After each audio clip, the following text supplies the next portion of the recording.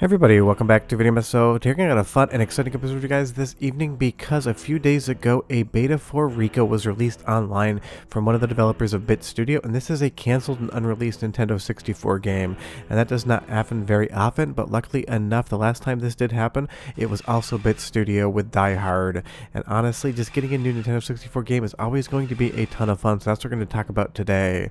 Before we get too far involved, it'd be a huge favor down below, hit like and subscribe and ring that notification bell, definitely helps us out. And if you feel so inclined to want to support the channel, you got a Patreon link down below as well. But this game basically just appeared on the internet with basically no fanfare, and that is always a fun time because the Nintendo 64 library, while having some of the best games of all time that Nintendo ever made, is the smallest library by far compared to PlayStation 1 and Sega Saturn. So anytime we get a new game for Nintendo 64, that is cause to celebrate. If you know anything about me or my channel, preservation and releasing lost games is definitely something I 100% get behind. And what is here in Riqa, it's a not finished build, it's not a full game, but there is a lot of fun to be had, and you can definitely see what they were trying to go for, this 3D action platformer style game.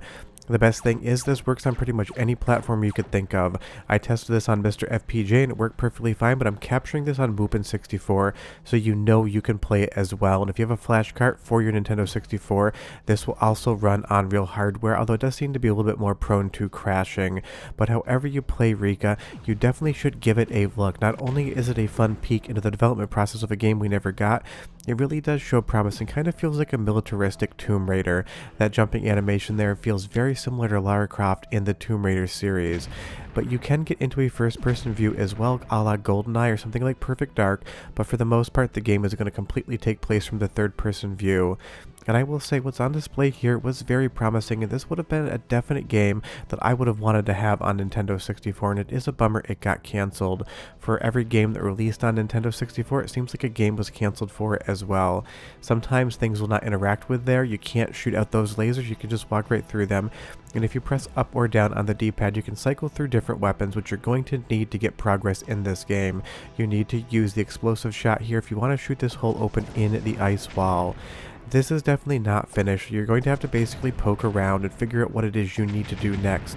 The game does have a little bit of story in it, but it's not complete, and it's not going to teach you every single technique you need to survive and see the most of the build.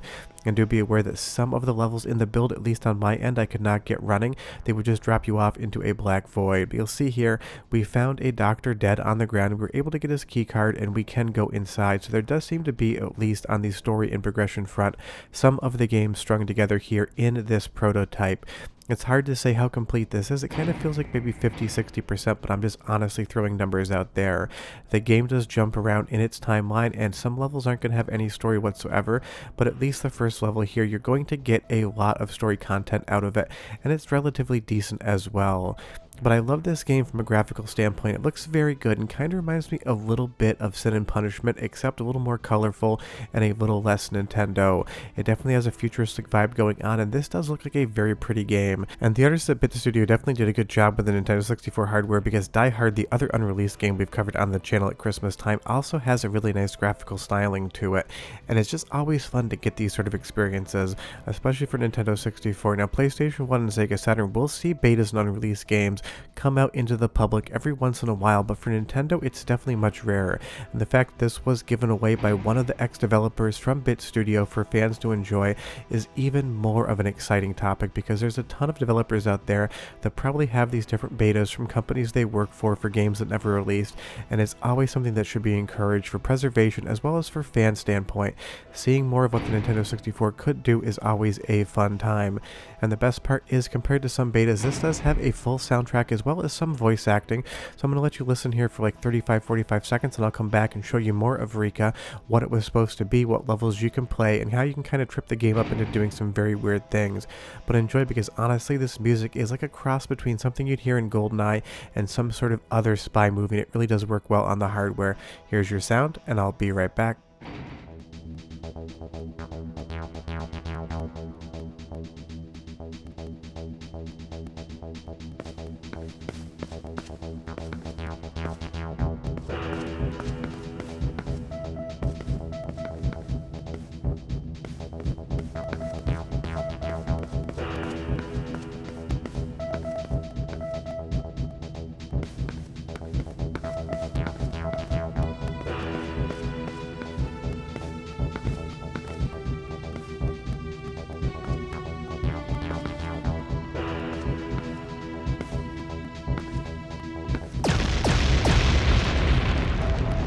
Fun music, fun sound effects, and the best part is they are actually here in the beta. And if I had to compare this game to anything, I would assume it's kind of a mix between Winback and Hybrid Heaven.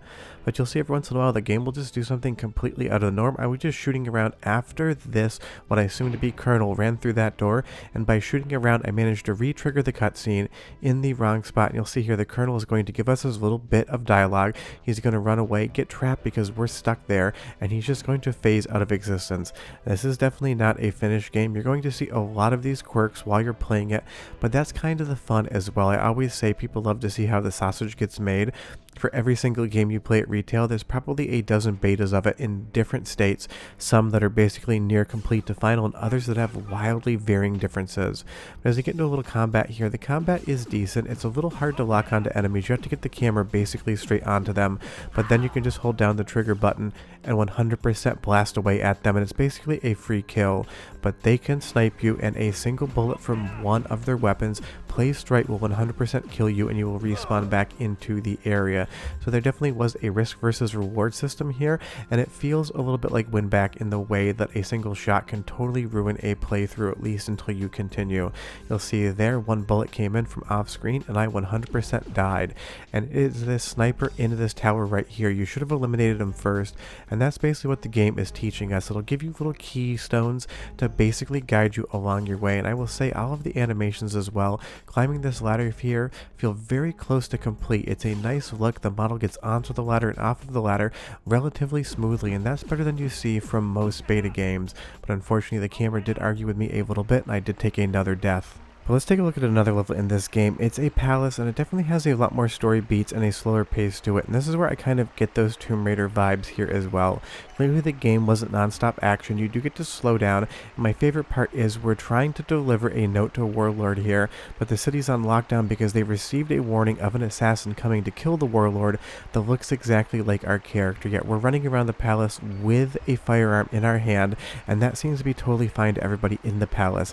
It's a little bit of a strange anachronistic sort of thing going on here, but honestly it still seems to work, and I do love it even if it is a little bit quirky.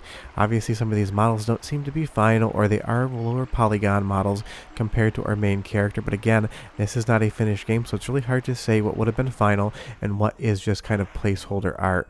And as we have to snipe these 4 little beacons right here to be able to open the door in first person view, I think this does look great, and I love that we have this ricochet shot here as well. That gun model looks good, all of the textures are nice.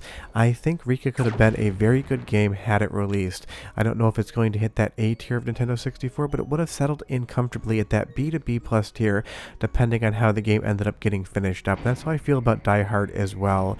But leave me a comment down below and tell me what your favorite unreleased Nintendo 64 game is, because there is a decent handful of them out there. For me personally, it is Cube of War, but it's so amazing to get these sort of experiences on a console you love. And like I said earlier in the video, if you skipped ahead, you can play this on MiSTer FPGA, you can play it in emulation, you can play it on real hardware with a flash cart. You can enjoy this game any way you can, but when I talk about these experiences, 9 out of 10 times I will cover them on software emulation to tell you that every single person can enjoy these. All you need to do is grab that emulator and let it rip.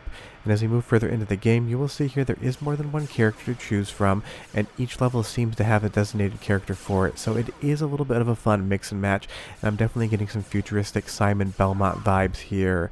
But honestly, Riqa is a fun time, and it really makes you think what this game would have been like had it seen completion of development and it actually been released onto retail shelves. And that's kind of always the question you think to yourself when you see a prototype like this.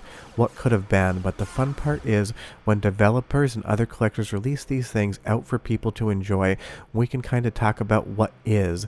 This is Riqa. It's a very interesting 3D action platformer with some decent story for what is here and a fun graphical look, and would have definitely been a welcome addition to the Nintendo 64's library, because compared to PlayStation 1 and Saturn, the Nintendo 64's library is quite small. But short of that, next time something like this happens, I will definitely make a video on it.